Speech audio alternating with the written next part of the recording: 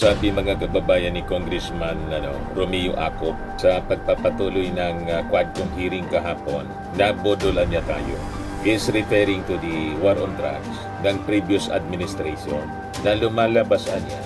Cover lang mga kababayan yung war on drugs ni Digong. Pero lumalabas sila mismo ang sindikato ng droga.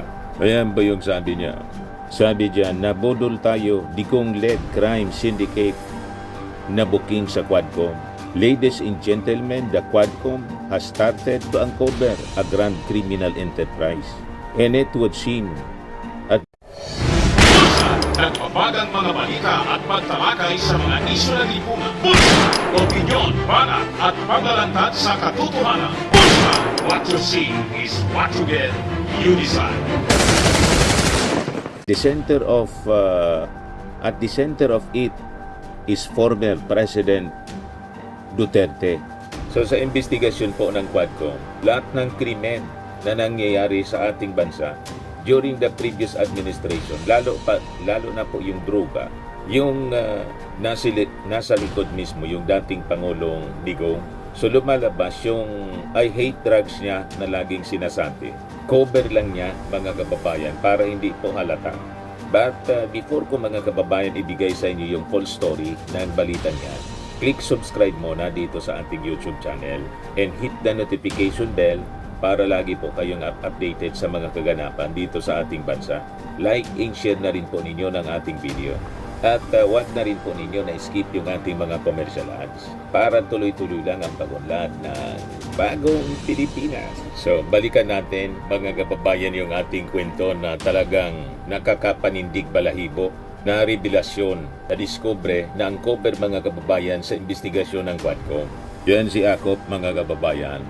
So, sabi dito sa report ng People's Tonight na pagtibay ng House Quad Committee na ang kontrobersyal na drug war ni dating Pangulong Rodrigo Roa Duterte ay nagsibling cover sa pagkakaroon ng isang malaking organized crime syndicate na kinabibilangan ng matataas na opisyal ng pamahalaan na sangkot sa malawakang katiwalian at pakikipagsabwatan sa mga sindikato ng droga.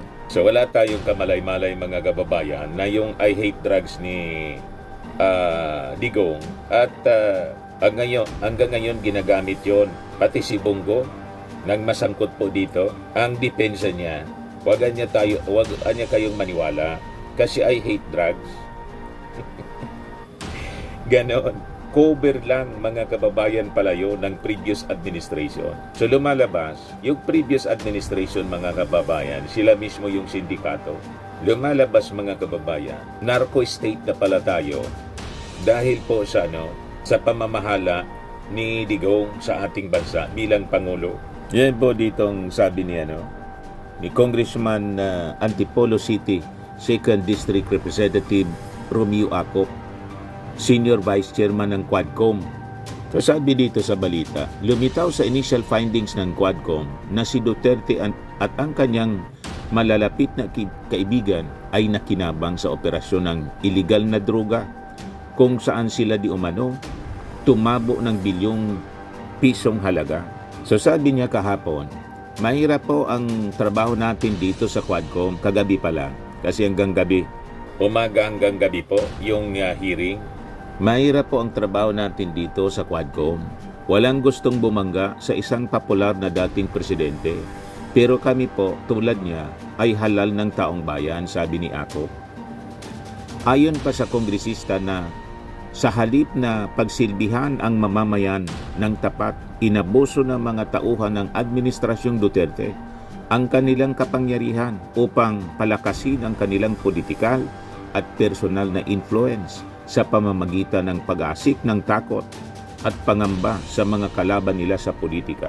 O di ba mga kababayan, kagimbal-gimbal? At yung isang witness nila, yung isang self-confessed fixer sa Bureau of Customs, si Tugaba, itinuro mismo si Pulong Duterte po. Pulong Duterte, leader ng Davao Group, sabi po ni Taguba pala. Ganon katindi, mga kababayan. Mamaya ibigay ko sa inyo yung kwento tungkol sa naging testimony ni Taguba. So sabi dito sa balita, it's now It is most unfortunate, anya, however, that the sword was used to slit, stab, and slash the very people it swore to protect. We the people, in the purse was used not to benefit the Republic, but to line the pocket. Click subscribe muna dito sa ating YouTube channel and hit the notification bell para lagi po kayong updated sa mga kaganapan dito sa ating bansa. Like and share na rin po ninyo ang ating video. At huwag na rin po ninyo na skip yung ating mga commercial ads para tuloy-tuloy lang ang pag-unlad ng Bagong Pilipinas. Sa mga nagana po ng malinis and spacious fitness gym, pumunta lang po kayo sa aming Colossal Fitness Gym. We also offer Grab Car Rental with our brand new 2023 model ng Toyota Innova. We also accept booking for those who are planning to travel via PAL, Cebu Pacific, and other airline companies, local and international, and bills payment for Meralco Bills, Aleco Bills, PLDT, etc. Ang Colossal Fitness Gym is located at 3rd floor Security Bank Building, Lanco Business Park, Legazpi City, Albay. For inquiries, look for Gilon Maravillas, contact number 0966-802-0949. Yan po yung aming Innova. Lagi na pong matao sa amin.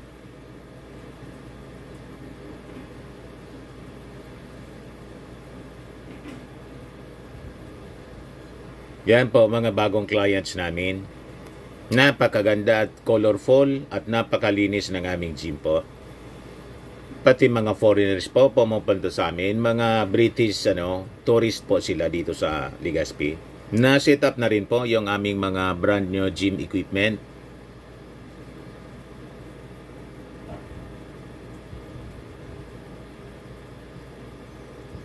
May treadmill na rin po kami.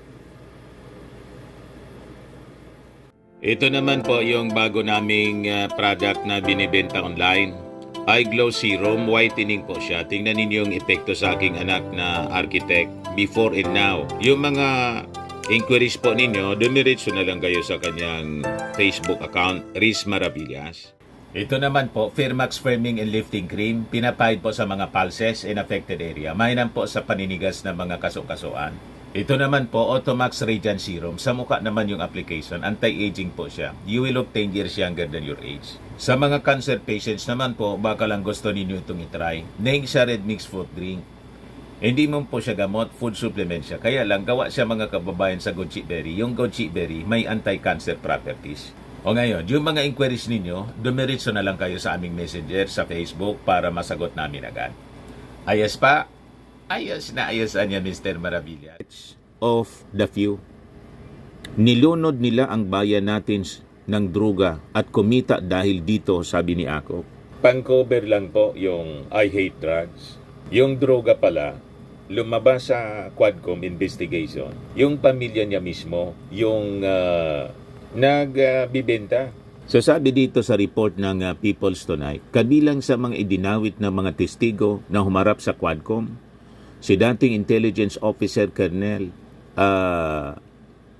Eduardo Asierto ay sina Senator Bongo at dating Philippine National Police Chief. Subalit ngayon, Senator Ronald Bato de la Rosa na mga umano'y protektor ng mga drug syndicate sa bansa. Sabi ko kanina, si Bongo, ginagamit din yung pamosong linya ng kanyang amo na si Digong, I hate drugs daw. Pero lumalabas po sila mismo, mga protektor at mismong sangkot sa droga. Itinuro din mga kababayan ng testigo si Pulong bilang leader ng Davao Group. Yan sabi rito, walang alanganin na pinangalanan ng dating customs fixer na si Mark Taguba, si Davao City 1st District Representative Paulo Pulong Duterte bilang leader umano ng Davao Group na sangkot sa 6.4 billion pesos na illegal drug shipment na pinalusot sa Bureau of Customs noong 2017. Si Taguba mga kababayan, nagninegosyo din sana sa Bureau of Customs. Ayon, nadamay pa siya mga kababayan. At siya yung nakulong.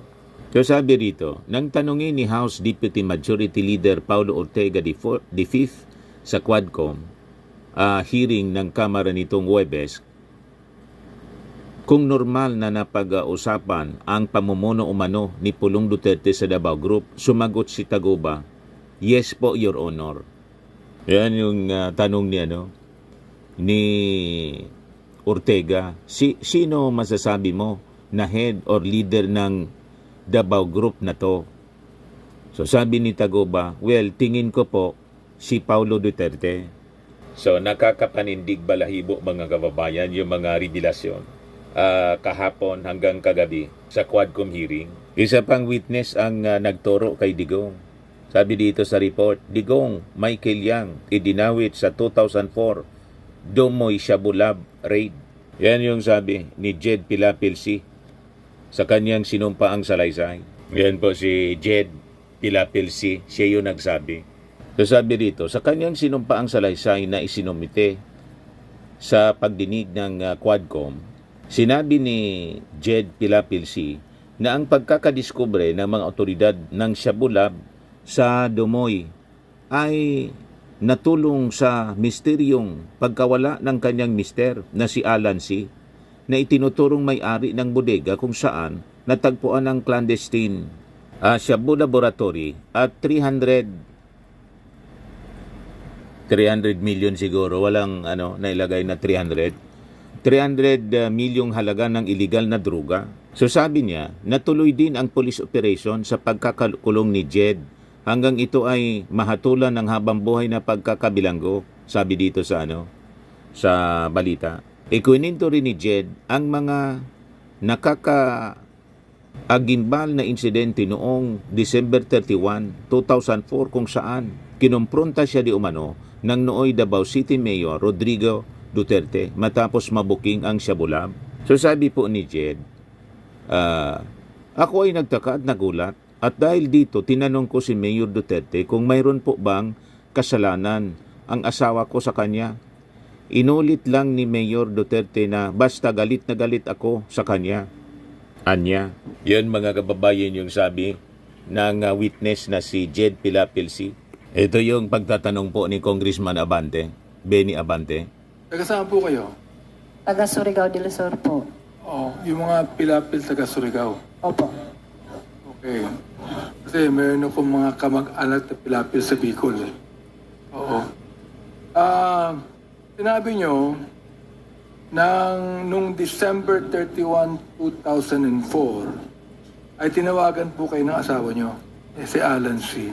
Opo, Your Honor, kasi nga, nag-usap kami na magkita. Anong napag-usapan nyo? Tinawagan niya po ako kasi supposedly nga magkita kami sa SM dahil ipapasyal namin yung anak namin.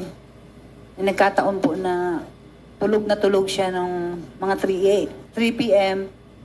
Kaya sabi ko sa kanya, mamaya na lang kasi tulog yung bata.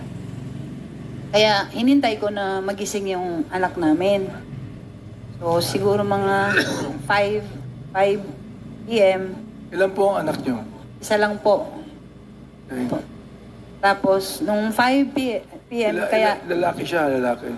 babae po. Ilang taon na siya? Actually, nung iniwan ko siya, 3 years old pa lang. So 20 years na po ako, 23 na po siya. Okay. Nasaan po siya ngayon, yung anak? Nandito po sa Manila po. Sa Manila. Okay. Nagpunta pa kayo sa SM? Opo, pumunta po ako mga 5, alas 5 na po ng hapon. Nagmadali ako kasi nga 5 p.m. na yon. Tapos nung pagdating ko sa SM, nalaman ko na mga 6:30 mag-close na pala. Almost 6, dumating ako doon. So, nung pagpark ko ng sasakyan, tinawagan ko agad siya kasi nga makikita kami doon. Ang nangyari, hindi na siya sumasagot. So, nagmadali ako ng tawag, nagpaulit-ulit ako nagdial kasi kailangan ko nga siya na magmadali kami kasi wala kaming bigas at that time. Kailangan kong bumili ng bigas kasi yung katulong namin nakalimutan niya. So ngayon, hindi man talaga siya sumagot, pumunta ko sa Gloria Maris kasi wala kaming ulam, magbili na lang kami. So yun, sa shortcut, hindi talaga kami nagkita. Umuwi ako ng bahay. Pagdating ko doon, kasi nandun yung mother-in-law at saka father-in-law ko galing China. Naiwan sila sa bahay. Anong oras kayo umuwi ng bahay? Siguro kasi natapos ako sa SM mga 6:30. Siguro by mga 7:30 nasa bahay na po ako. Nakabalik na po ako. Pagdating ko po doon, inanap ng mama niya, yung parents niya, bakit daw hindi ko kasama si Alan. Sabi ko po, hindi ko siya nakausap, wala. Pilipino po ba si Alan o Chinese? Ano po, Your Honor? Pilipino ba si Alan o Chinese? Chinese po. Chinese, hindi siya Pilipino. Hindi po. Okay. So, anong pagkakilala niyo sa kanya? Matagal na kayo mag-asawa nung at that time, nung Hindi po, December 31, 2004. 2004, matagal na ba kayo mag-asawa? Hindi po kasi 2000 lang po kami kinasal, July. So, parang almost mga 4 years and 4 months pa siguro mga ganyan. Okay po ba ang buhay niyo? Maganda ba yung pamilya niyo? O ano po ba kalagayan ng buhay niyo?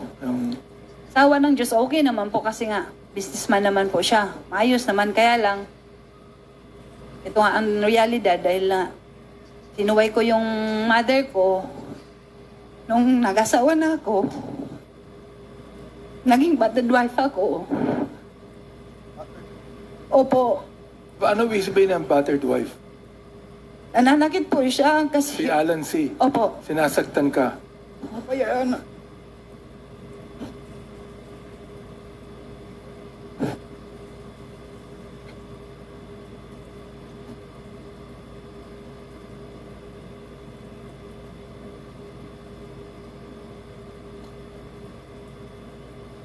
Siguro nga ito yung pinaka-biggest mistake na ginawa ko sa buong buhay ko. Kasi sa pag-disobey ko sa parents ko, Pero kahit sinasaktan ka, mahal mo pa rin yung asawa mo. ganun po, Your Honor. Tsaka hindi ako pwede magsumong kasi nga, kagustuhan ko, parang sa pride ko rin, ayaw ko na mapahiya ko sa family ko kasi tinunod ko man yung gusto ko. Hindi mo siya hiniwalayan. Hindi ka miwalay sa kanya. Nag-attempt po ako nung mga buntis pa po ako at that time, mga siguro mga 7 months. Nag-attempt ako na gusto ko siya na layuan. Pero hindi ko rin nakaya kasi yung family, parang inayos kami.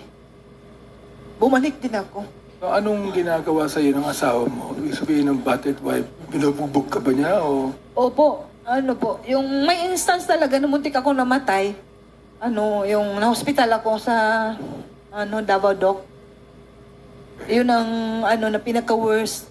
Dahil nga nagkaroon ako ng hindi ko maintindihan kasi baliktad yun, Your Honor.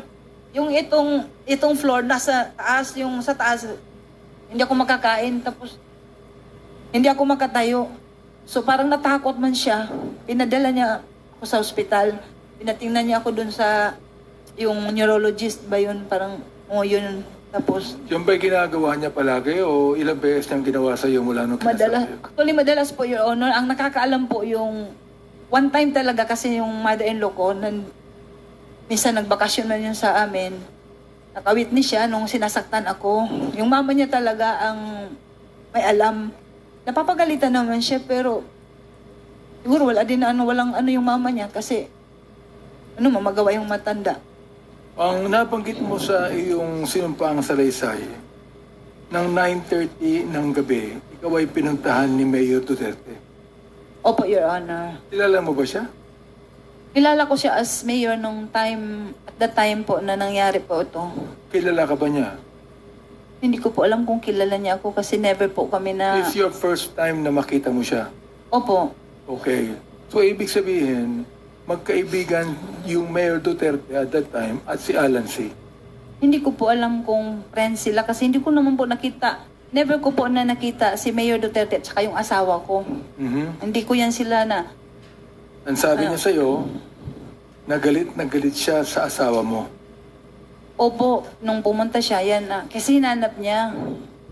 Tinanong ko siya kung bakit. Ang sabi niya, basta galit na galit ako sa asawa mo. Hindi niya sinabi ang dahilan kung bakit.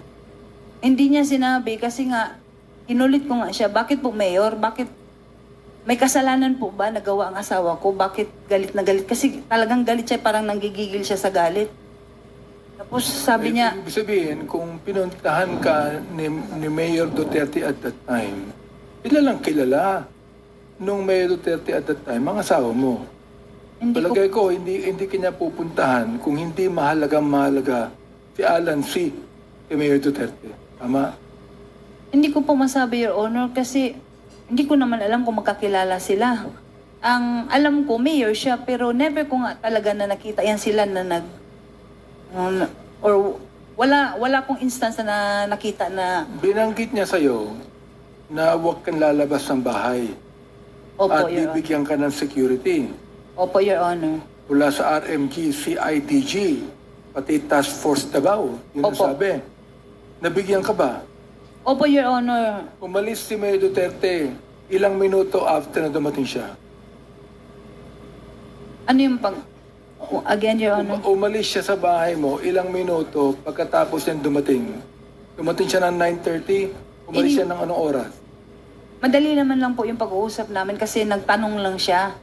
Nag-usap kami dahil nga Friday kasi hindi ko yun makalimutan kasi Friday, magsa-Sabbath day na po ako pagka following day. Supposedly doon po yung Sabbath service namin sa Eden, yung resort doon sa Davao. Yung sinabi niya sa akin na huwag kang umalis kasi babalik ako sa'yo bukas. Huwag ka muna magpunta So, doon. nung umalis siya, Miss Jed, dumating yung mga security. Actually, nung pumunta po siya, Your Honor, marami sila eh. Marami siyang kasama. Marami sila. Kilala mo ba yung ibang kasama niya? Wala akong nakilala kahit isa doon, maliban sa kanya. Wala siyang kasamang anak niya, sino man? Vice Mayor, Konsehal, wala po siyang kasama. Hindi ko, wala talagang nakilala doon. At saka madilim din yun, yung time na yun kasi mga 9:30 na yun, madilim yung hindi ko masyado na yung mga mukha ng mga kasama. Pero marami talaga Siya sila. ba yung nagbalik kinabukasan sa pangako Hindi niya? siya nagbalik. Hindi na siya bumalik. O after several hours, binanggit mo na ang isang kaibigan mo ay tumawag sa iyo Nagtawag o po. tumawag sa asawa mo. Anong ibig sabihin nun? Ito, hindi ko talaga ma-sure kung sa akin na cellphone o sa asawa ko. Kasi nga, yung cellphone ng asawa ko, pag hindi siya sumagot or naka-off, magda-divert po sa akin. Mhm. So, nung time na tumawag yung kaibigan niya, kalimutan ko na yung pangalan, matagal-tagal lang, 20 years na po. Kasi, nung tumawag siya sa akin, kasi, Nakausap mo siya. opo, nang pagsagot ko, so, siyempre, kilala niya, babae ang sumagot, so ako yon. Nung pagsagot ko, sabi niya, Mrs., buksan mo television kasi, yung Dumoy ni Raid, nandun asawa mo, nandun si Alan, may namatay doon, may mga namatay. Eh, parang hindi ako makapaniwala. Sabi ko, kasi alam ko may nakarenta doon yung bahay ko. Sabi ko, hindi, may nakarenta doon. Sabi siya, hindi, buksan mo television. May bahay ka doon? Yung, actually kasi, Your Honor, yung Dumoy na property is nakapangalan po sa akin. Nakapangalan sa'yo? Opo. Ang Dumoy property. Opo. Yung pinagganapan ng krimen. Opo. Yung Ga- narintahan ni Alex Kim, nakapangalan yun sa akin. Meron nga kami yung contract of lease. Gaano kalayo yun sa Arlene apartment? Saan ka nakatira? Medyo malayo po, Your Honor, kasi Toril yun, yung apartment namin, nasa lang yun sa Agdao. So, malayo-layo. Ibig sabihin, Turil yung Dumoy, yung Arlene sa Agdao. Sa Agdao, Which malapit. is how many hours away? Mga 30 minutes o 1 hour? Hindi naman siguro maabot ng oras. Okay. Ang nabanggit mo, noong January 1, 2005, inimbitahan ka ng PPEA sa kanilang opisina. Nagpunta ka, di ba? Sa PDEA, opo. Okay, PIDEA, oo. Kilala mo ba yung PIDEA ang nakipag-usap sa'yo?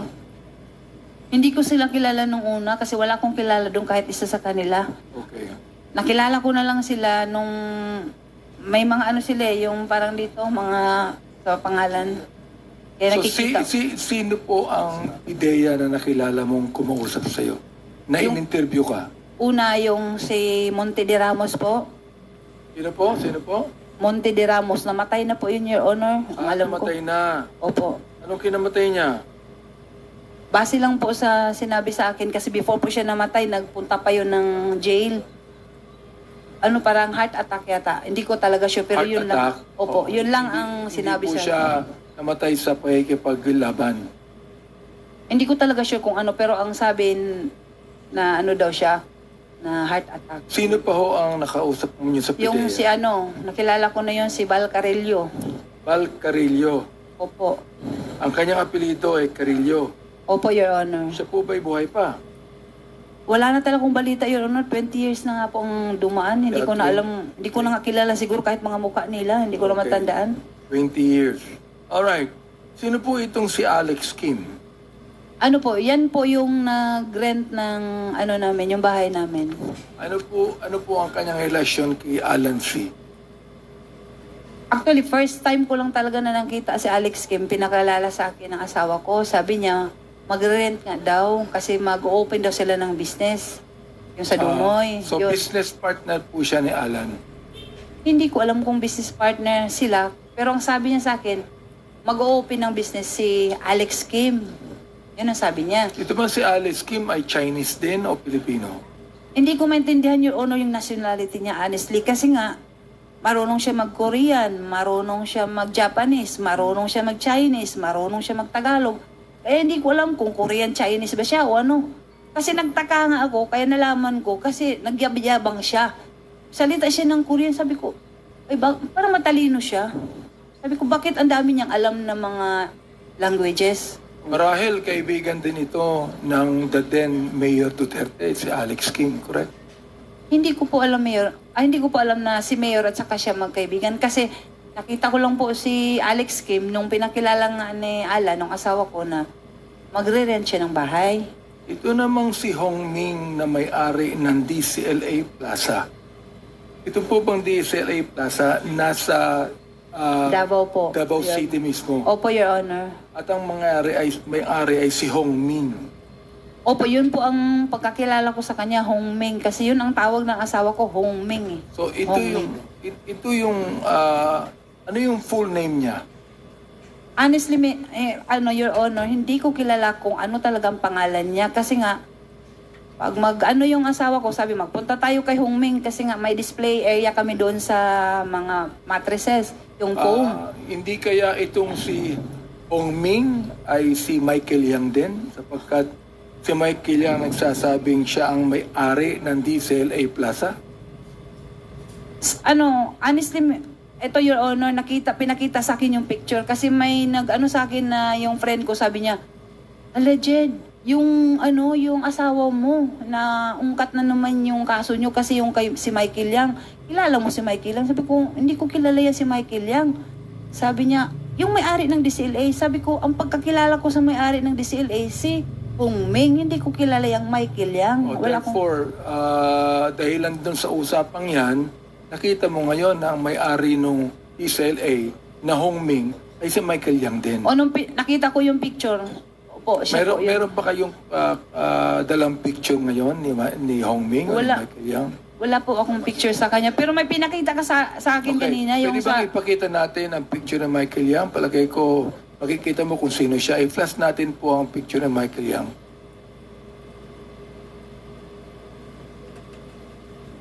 Matagal na bang kaibigan ni Alan C. si Hong Ming? Hindi ko po masabi, Your Honor, kung matagal na sila na magkakilala. Kasi nga, Pero nagpupunta Kami. si Hong Ming sa bahay nyo. hindi siya nagpupunta. Kayo nagpupunta Kami sa ang kanya? pupunta doon kasi nga may display area kami doon sa kanya. Okay. Opo. So, ilang beses kayo nagpupunta ron sa isang linggo?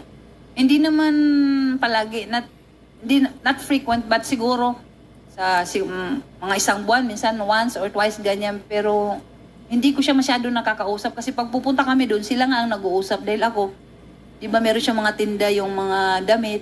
O di kilala mo yung Hong Ming. Nakita ko siya, po, Your Honor. So, andito na ba yung picture ni Michael Yang? Ipakita natin kung yun nga. And he Oh, asked yan, me, yan. yan. Ayan. Siya Opo, ba yun? Your Honor, siya po. Siya. Therefore, tinuturo po dito, Mr. Chair, na itong si Hong Ming ay si Michael Yang. Alam niyo po ba na si Michael Yang ay ginawang advisor ng Mayor Tato nang siya ay naging Pangulo? I'm sorry po, Your Honor, pero wala na po akong alam na ano pala siya. Yung economic advisor. Opo. Opo. Pero nabanggit nyo, economic Opo, advisor. ganito. Wala po akong alam, pero sa balita na lang nung nagkaroon na nga ng gulo na ano pala siya.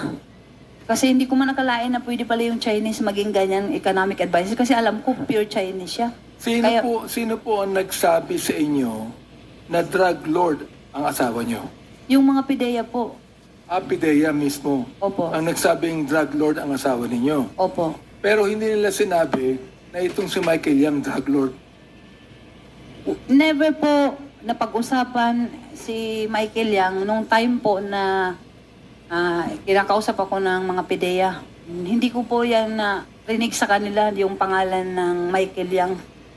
Narinig ko na lang talaga yung pumutok yung issue na parang nagkagulo na dawit yung pangalan Pero ko. wala kang alam sa ibang mga activities ng asawa mo. Wala po akong alam, Your Honor, kasi nga yung As buhay. in talagang wala. Wala po. Maliban na lang po siguro sa mga bagay na katulad yan, magsabi siya, o bibili ako ng property, pirmahan mo. Ganyan. Pipirma na lang ako. Nabanggit mo sa yung affidavit na kung ikaw ay ini-interrogate ng PIDEA, ay yung mga sagot mo ay kanilang tinitwist o pinapalitan. Opo. Ano pong ibig sabihin nun? Ganito po, Your Honor, yan ang honestly, I must admit talaga, yun ang dahilan na talagang nagano ko ng galit sa PIDEA. Kasi nga, nung in-invite ako, I never thought na yung statement ko pala na sasabihin ng mga sagot ko, doon din sila kukuha ng mga, yung gagawin nila ng para makasuhan kami. Kasi nagsasabi ako ng totoo, sinasagot ko sila ng maayos, nagulat na lang ako pagdating doon sa yung mga nag-hearing na kami. Katulad nun, inutusan ako ng asawa ko na magbili ng Venetian blinds. Kasi before yan, before na-occupy ni yung ngayon Michael Yang, ni Hongme, si Alex Kim, yung bahay kasi kailangan pa siyang ayos. So, sabi ng asawa ko, magbili ka ng, kasi mainit doon yung sa window. Ito, nabanggit mo na pinafabricate Opo, yun po na ang totoo ang yun. mga salita mo. Opo. So, pakibigyan mo nga kami ng example ng pinabricate ng PIDEA ang mga salita. Ito po yung hindi ko makalimutan na statement na yung Venetian blinds na dala ko, pinadala ng asawa ko, pinahati doon sa Dumoy, hindi pa po yun na-occupy ni Alex Kim. Nagtaka ko pagdating doon sa statement, sinabi nagdala ako ng karton-karton ng mga chemicals. Nagdi-deliver ako doon. Kasabwat daw ako sa yung drug operation ng asawa ko. So, Okay. yun ang pinakaano ko na natatandaan ko sa ngayon, Your Miss Honor. Jed, kilala mo ang direktor ng PIDEA, si Wilkins Villanueva? Opo, nagkaharap po kami, Your Honor. Nandito siya ngayon. Pakitingnan mo nga at ituro mo sa amin kung kilala mo. Pakitayo, tumayo ka lang. Kapagkat nandito siya tingnan natin kung kilala mo siya. Tumayo ka lang, umikot ka, tumayo ka. Tingnan mo maigi. Kung kilala mo, ang siyang nag-interrogate sa'yo, nakipag-usap sa'yo, ang director po ng PIDEA at that time ay si Wilkins Villanueva. Pakituro nyo nga kung sino siya.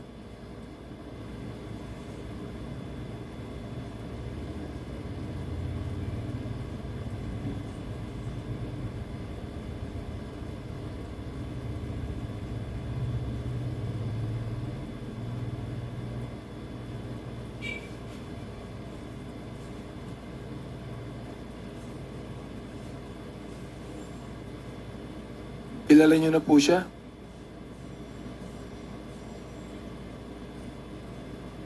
Opo, Your Honor. Sino po siya? Medyo tumandaan na po siya kasi parang ko muna. Pakituro nyo nga po kung sino kung nakita nyo.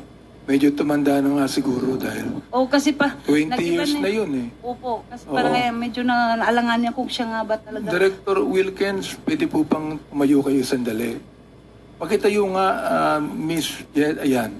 Yan si Wilkins Villanueva. Siya ba ang nag-interrogate sa'yo? Siya ba, hindi pa kita pinapaupo, siya ba ang nag-fabricate ng mga salita mo?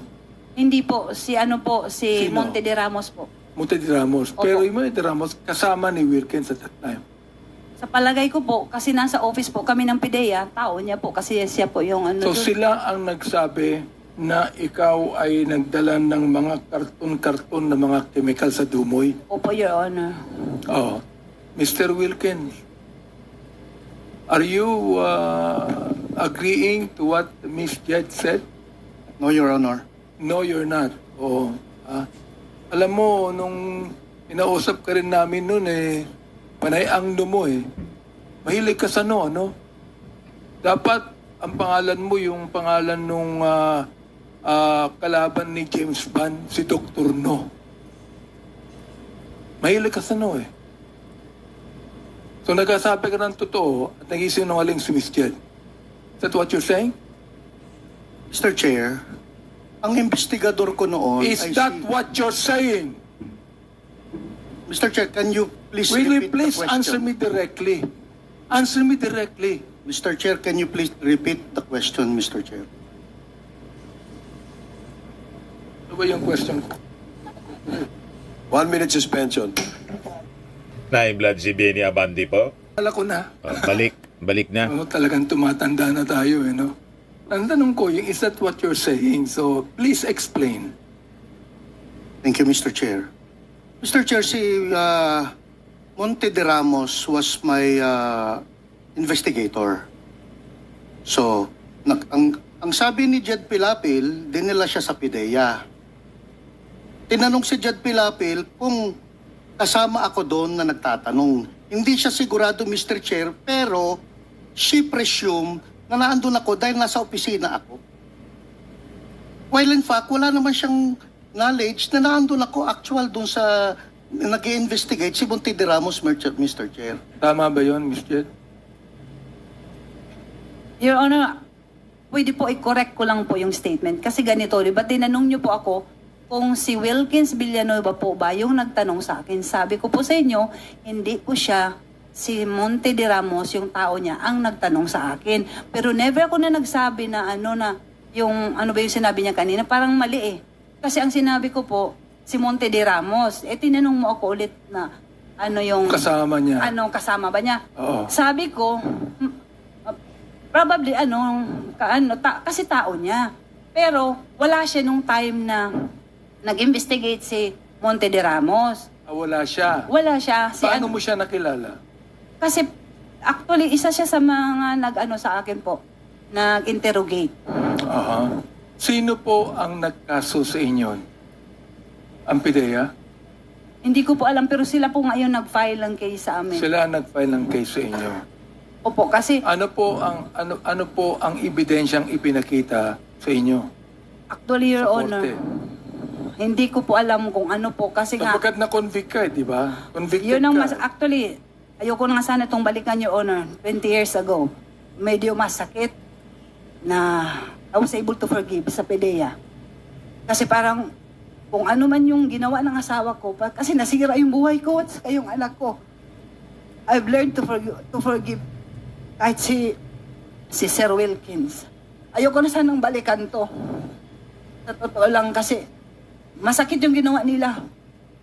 Ang worst doon kasi nung time na ano ba yun, basta yung hindi ko maintindihan kasi yung inquest ba yan na before yun, nag-waiver pala ako, pina-waive ako ng hindi ko alam kung lawyer ko, hindi ko rin naintindihan kung bakit. Basta ang sabi, mag-waive ako dahil makasuhan daw sila ng illegal detention dahil wala nga kaming kaso sa totoo lang po, Your Honor.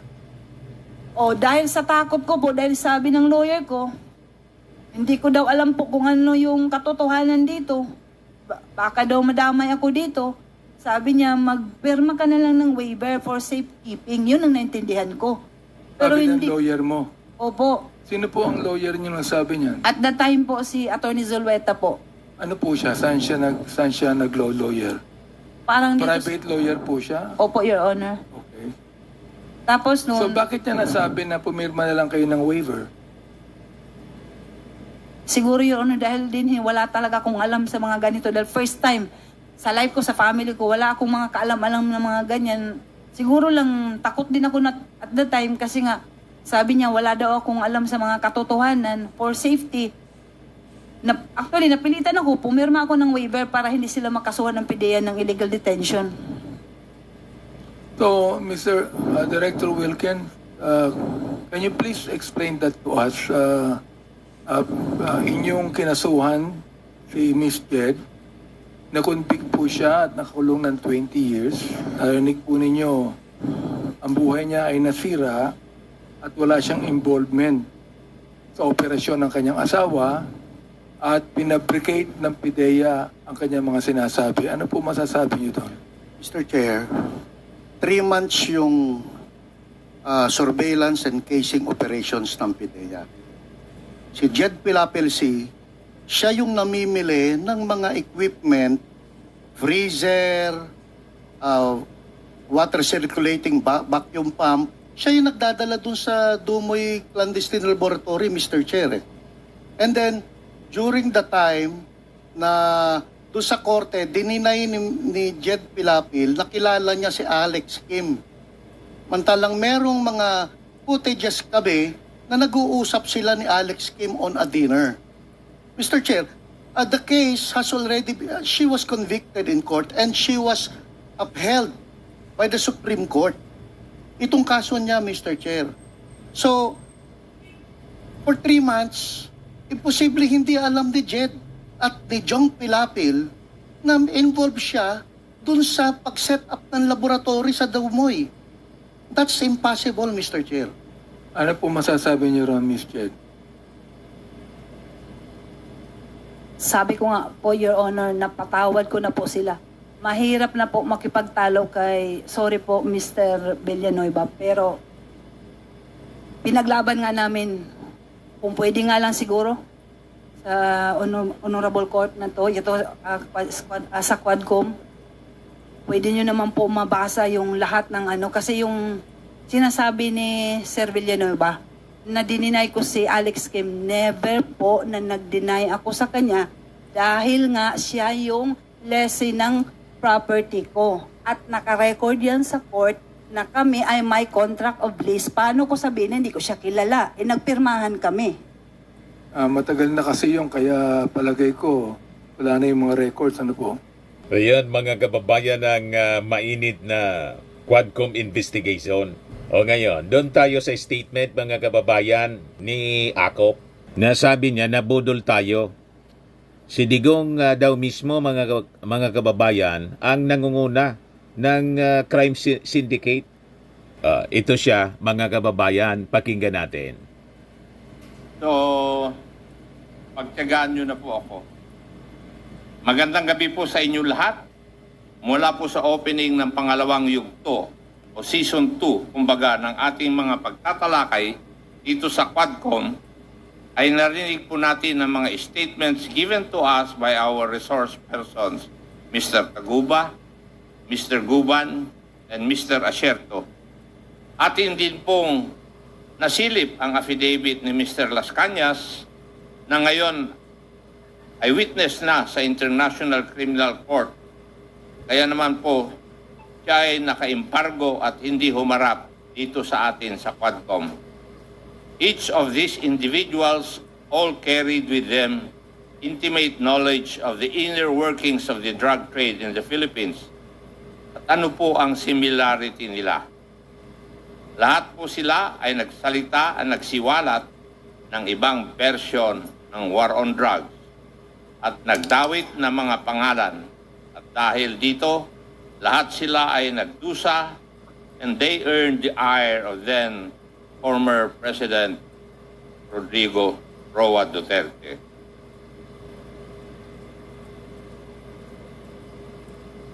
In the Philippines, nagsimula ang drug menace sa pag-usbong ng mga laboratory, gawaan ng droga o ang mga tinatawag na clandestine laboratories.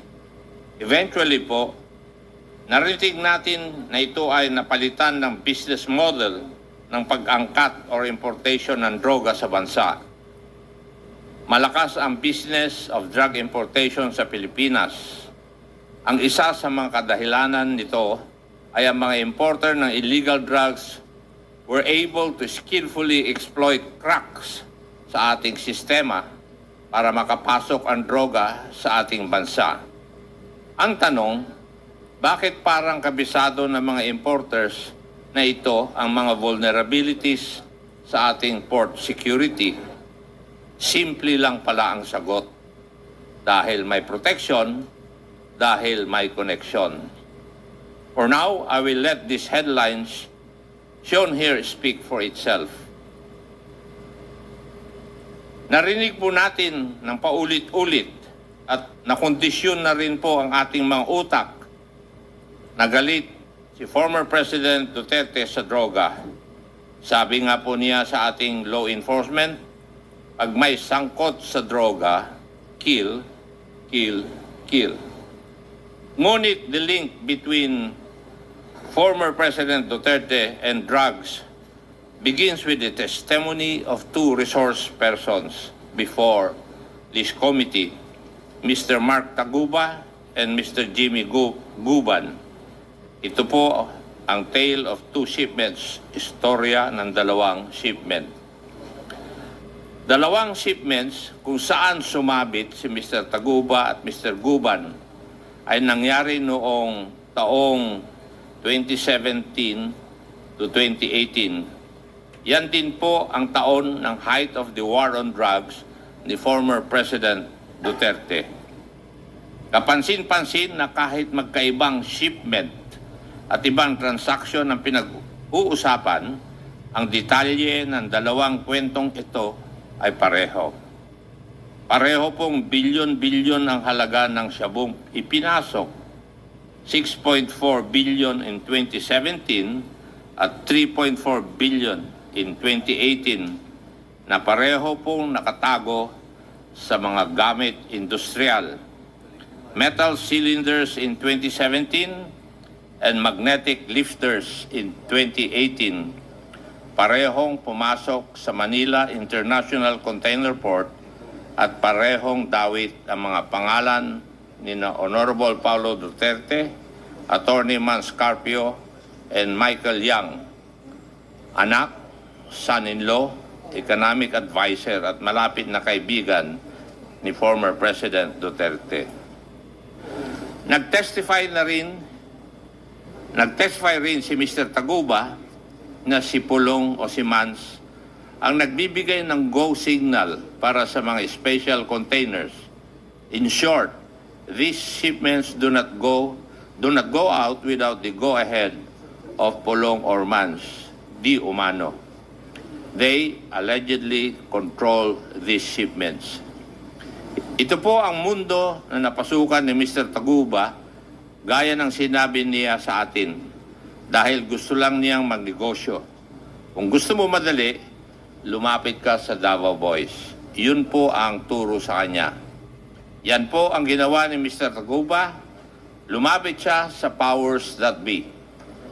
Makikita po natin dito na baka meron ngang kailangang ayusin o baguhin sa ating mga batas dahil mukhang ang mga maliliit lamang na tao ang napapatawan ng sentensya.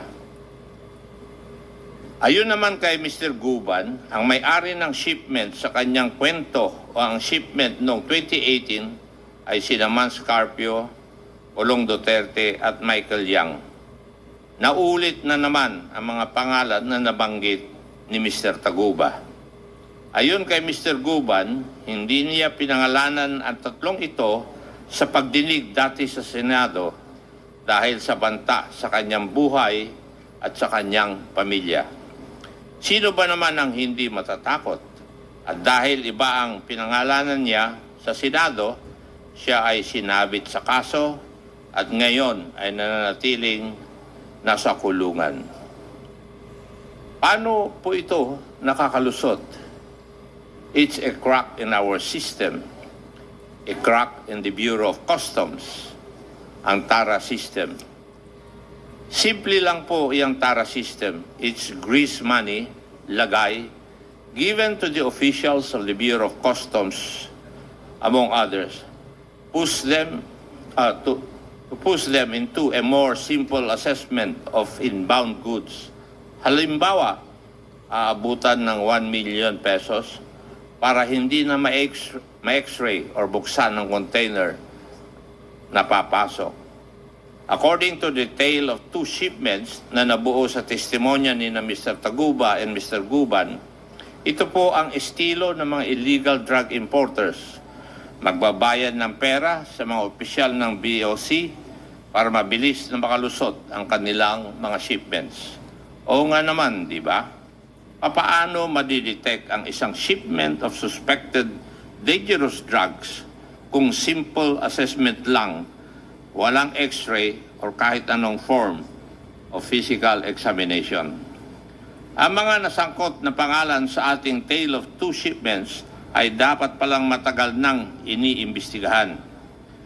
These were all laid bare some time ago by Eduardo Asierto, an intelligence officer, a person in hiding for 6 years now just because of his intelligence report. Nagkamali siyang pangalanan, si Michael Yang. Oo, pinapapatay siya ni former President Duterte dahil sa kanyang report at dahil ginawa niya ang kanyang trabaho. At sino naman itong si Colonel Eduardo Asierto? Si Colonel Eduardo Asierto ay isang narcotics operative na nag-verify at nag-imbestiga ng mga illegal schemes na nangyayari po sa Bureau of Customs. More than the reports covering the Bureau of Customs, Colonel Eduardo Asierto prepared thorough reports which he shared with the Quad Committee on the involvement of Michael Yang, Johnson Chua, and Alan Lim in the illegal drug trade in the Philippines. Ayan po ang diagram ni Colonel Asierto kung saan makikita na si Michael Yang kasama ang kanyang mga business partners, Mr. Alan Lim and Mr. Johnson Ko, ay tatlo sa critical na bahagi ng operasyon ng droga sa ating bansa. Ayon sa diagram, si Mr. Alan Lim ang local source. Si Mr. Yang ang taga-ayos ng importation side at si Mr. Ko ang distributor. Ipinapakita rin ng slide na ito kung gaano kakomplikado at organisado ang network. Ito po ay end-to-end, kompleto, from supply to distribution na may kasamang na ring money laundering operations. Itong mga personalidad na ito ay pamilyar sa atin. Ilang beses na rin lumitaw ang pangalan nila sa Quadcom. Si Alan Lim ay kilalang asawa ni Rose Nono Lim. Si Michael Yang, economic advisor of former President Duterte. And itong si Johnson Ko naman is the person known to have financed and established the infamous Dumoy Laboratory. The incident concerning the Dumoy Laboratory is where Michael Yang, as it would appear, started to build his bones in the drug trade. Matatandaan natin na ang kwento sa Dumoy Laboratory ay nagsimula mula sa 2 container vans na dumating sa Davao, which Michael Yang and a certain Panther received. Thereafter, pumunta sila sa isang warehouse na nire-rent ni Alan C. At this time, Michael Yang's involvement in dangerous drugs was just very small. His only task was to transport precursor materials necessary to create shabu. Ang role niya po niya noong circa 2004 ay ang i-transport ang precursors mula sa port to the laboratory. Ito ang napag-usapan natin sa Dumoy raid. 6 na Chinese nationals ang namatay. Base sa raid, na-discover nila na si Alan C. at si Johnson Chua ay ang mga may-ari na warehouses at laboratories na ni-raid. Mula po sa investigasyon natin dito sa Quadcom, nalaman po natin na hindi ma-account kung ano po ang nangyari sa mahigit 10 pang naaresto ng mga Chinese sa raid na yon. Mahalaga po itong Dumoy raid na ito dahil ayon mismo kay former President Duterte, in a recent interview, inubos daw niya ang mga sangkot dito. Later on in 2005, affiliates of Alan C. were arrested and warehouses rented by Johnson Chua were discovered in the provinces of Bukidnon and Cagayan de Oro. It seems that Johnson Chua did not learn his lesson from the tragic Domoy incident because after 9 years or in 2013, may mga lumabas muli na report tungkol sa illegal activity ni Mr. Johnson Chua. And it was at this time when the close relationship of Michael Yang to then Mayor Rodrigo Duterte became public knowledge. From receiving shipments of precursors from the ports and transporting them, malayo na ang narating ni Michael Yang. He eventually managed to develop contacts in the Bureau of Customs and evolved into a facilitator of shipments of shabu. As mentioned, maagang nakita ni Colonel Acerto ang operation ng Michael Yang and Alan Lim.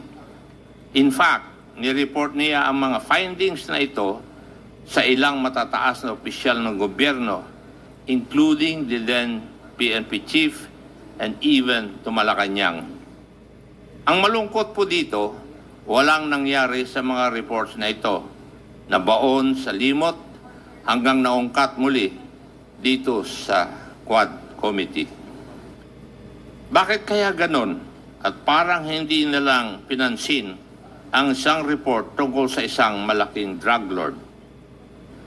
At this juncture, we wish to emphasize na itong si Michael Yang ay malalim ang pagkakatali sa Davao City. Isa sa kanyang kumpanya, DCLA Company Incorporated, operates the DCLA Plaza Shopping Mall na nireport din na may activities and transactions concerning illegal drugs. Huwag po nating kalimutan na sa pag-aaral ng Quadcom, DCLA also owns Paili Holdings Corporation, the holding company of Paili State, which constructed Clark Majestic World, where 2 Chinese nationals were arrested for kidnapping a Chinese and a Vietnamese national. Yan pong mga usapin na yan ay nakakabit naman sa Pogo. Si Acerto ang unang nagbanggit ng koneksyon ni Michael Yang. Pero imbis na umaksyon o mag-imbestiga pa na mas malalim, former President Duterte resorted to threatening the life of Colonel Acerto. Akala ko ba war on drugs tayo? Anong nangyari? The reports relayed to us by Colonel Acerto only support the participation of several high-ranking officials, including Senator Bato de la Rosa, Director General Aaron Aquino, Senator Bongo, Director General Wilkins Villanueva, and of course, Alan Lim, Michael Yang, Li Wenxiong, Johnson Chua, and Yan Yishu. Umabot po sa matataas na opisyal na ito ang report ni Colonel Acerto. Inuulit ko po, walang nangyari. Nariyan din po si Arturo Las Cañas, a self-confessed former original member and hitman of the Davao Death Squad and a retired police intelligence operative and investigator. Unang lumutang ang pangalan niya sa mga investigasyon noon sa Senado noong taong 2017. Una, sabi niya walang Davao Death Squad. Ngunit binago niya ang kanyang mga binitawang statements sa Senado at agarang itinuro si former President Duterte. Sa kanyang 186-page affidavit na nakita rin ng Quad Committee na kwento ni Las Cañas ang tungkol kay Mr. Duterte at mga taong lagi niyang kasama, whether it be about drugs or about kill orders. Nagtatandem po ang usapin ng droga at ang extrajudicial killings or EJK. Incidentally, in his affidavit, Las Cañas recounts the infamous Domoy Laboratory, ibang tao ang nagsabi, ngunit pareho ang kwento nila. The most compelling point of the narration was the fact that Las Cañas and company supposedly received 500,000 pesos from former President Duterte himself after 11 Chinese nationals who were Shabu Laboratory chemists and workers were killed. Maaalala po natin na inamin din ni former President Duterte na inubos niya daw ang mga ito. Bakit kaya pinapatay ni former President Duterte ang laboratory chemist and workers na isang Shabu Laboratory? Is this not a story that just seems all too familiar? As early as 2004, former President Duterte had already been issuing kill orders to those involved in the drug trade. All for the purpose of what? Eliminating these people in the name of drugs or in the name of competition. Whatever the reason, patay pa rin po sila. Just like Colonel Acerto, Las Cañas also makes the connection between Michael Yang and the Domoy Laboratory. Las Cañas goes beyond the events that transpired during the raid of the Domoy Laboratory at pinapakita pa niya na si Michael Yang ang naging employer ng mga Chinese nationals working as chemists and workers in the laboratory. Las Cañas also mentions a certain Alan C., who was one of the Chinese nationals apprehended and later killed. Does this not sound familiar? This is just like the tale of two shipments, two separate yet parallel incidents tied together by the same personalities involved. Maaalala din natin na nabanggit ng isa pang resource person ang pangalan ni Michael Yang. Looks familiar. This web of connections among Michael Yang and his associates was presented by PDEA in one of our Quadcom meetings. Dito ay makikita natin ang connections ni Michael Yang with Alan Lin, Rose Nono Lin, Johnson Ko, Hong Jiang Yang, Eddie T. Yang, Willie Ong, all of whom have been the subject of our investigations before the Squad Committee, connected by corporations like Piley Holdings Corporation, Piley State Group Corporation, Golden Sun 999 Realty and Development Corporation, and more importantly, Empire 999 Realty Incorporated. Empire 999 Realty Corporation was discovered bago pa man lang binuo ang Quadcom. A corporation owning a warehouse in Mexico, Pampanga, where 560 kilos of shabu with an estimated cost of 3.6 billion pesos was discovered. The shabu entered the country through the port of Subic and was later on delivered to a warehouse owned by Empire 999. Madami at paulit-ulit na ang lumilitaw na koneksyon ni Michael Yang sa business ng droga. Pero nakapagtataka rin, sa gitna ng isang state policy called the War on Drugs, where thousands were killed, kahit sabi-sabi lang ang basis, wala pa rin nakakagalaw against Michael Yang. In contrast, naging maunlad at successful pa ang lahat ng kanyang businesses. We can all recall the Farmally scandal that made headlines nationwide. We find ourselves with Michael Yang yet again at the center of this Farmally scandal. Again, I will let these headlines speak for themselves. Key Farmally officials such as Wang Chuyen and Lincoln Ong were also quick to point fingers to Michael Yang as the financier and guarantor of the family operations. The personalities we have discussed warned us very early on ang mga nasa posisyon noong 2016 hanggang 2022 ay sila mismo na nagdala at nagpalaganap ng problema ng droga sa Pilipinas. Pero ang mga warning na ito ay hindi natin narinig. They were drowned out with noise and systematically silenced and discredited.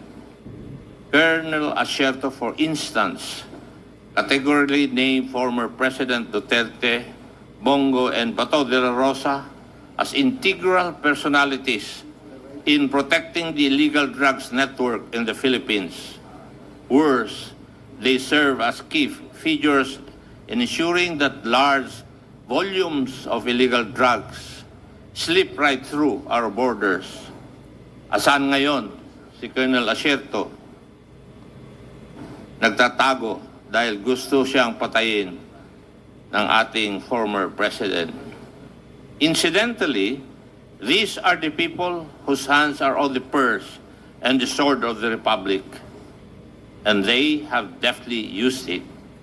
It is most unfortunate, however, that the sword was used to slit, stab, and slash the very people it swore to protect. We, the people. And the purse was used not to benefit the Republic, but to line the pockets of the few. Nilunod po nila ang bayan natin ng droga at kumita sila dahil dito. Isa sa mga right-hand man ni former President Duterte, sang-ayon kay Colonel Asierto, he branded former President Duterte as the Lord of all drug lords.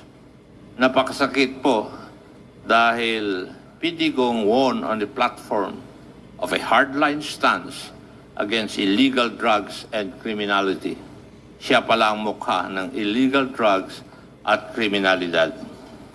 Colonel Asierto, Mr. Jimmy Guban, Mr. Las Cañas, and Mr. Taguba have all bared their stories before the Squadcom, and it is through our combined efforts, through their stories, and our interpellations where we discovered common personalities that seem to just be consistently present in all the narratives.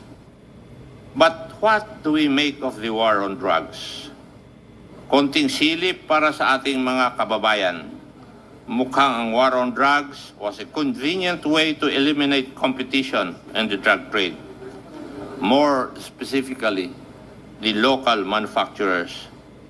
Let us remember, ang key feature ng war on drugs ay ang reward system. Every kill is compensated, and the bigger the catch, the higher the video. Colonel Espinido even adds that awards could go as high as 100,000, and that the system at that time was known to all policemen. It was such a strong but perverse incentive to play along with the war on drugs. The existence of the reward system is not denied. In fact, ipinagmayabang pa ito ni former President Duterte at ang kanyang mga alipores. This reward system has long since existed in Davao and was transposed in the national scale noong taong 2016. Evidently, this reward system caused the systematic killing of operators of drug laboratories and chemists and those distributors who source their product from these local manufacturers. Ano po ang benefit? Open season na po for drug importers.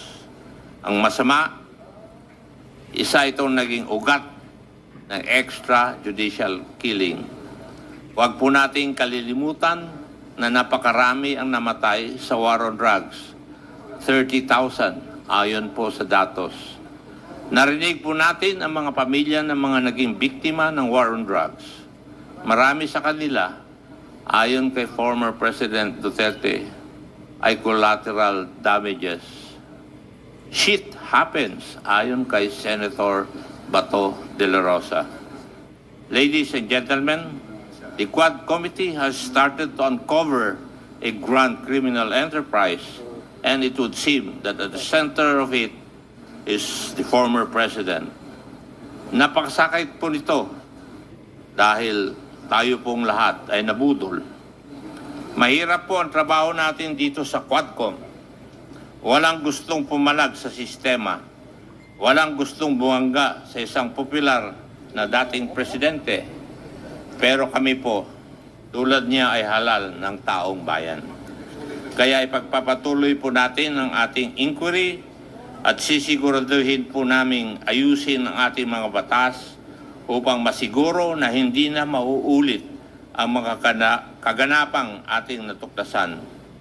Sa darating na taon at sa mga susunod na Quadcom hearings, tatalakayin po natin ng mas malalim ang usapin ukol sa droga dahil sang-ayon naman po tayo, salot po ito sa lipunan. We will leave no stone unturned. Maraming salamat po at magkita-kita po ulit tayo sa susunod na taon. Nakakapanindig balahibo po mga kababayan. So tuloy ang investigasyon ng Quadcom next year.